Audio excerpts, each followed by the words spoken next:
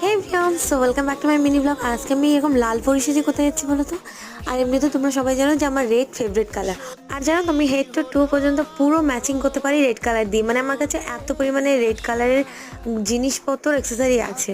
তো আমি গেছিলাম সেনকো গোল্ডে।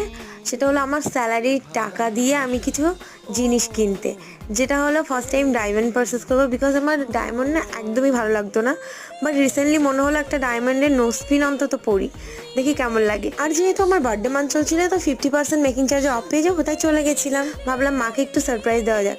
তো এই দুটোর মধ্যে কনফিউজ ছিলাম যে কোন পায়েলটা নেব। মায়ের আবার পায়েল পরতে ভীষণ ভালো লাগে, মানে 5-6 জোড়া তো আছেই, তারপরেও বারবার বলবে যে আমাকে একটু দিবি।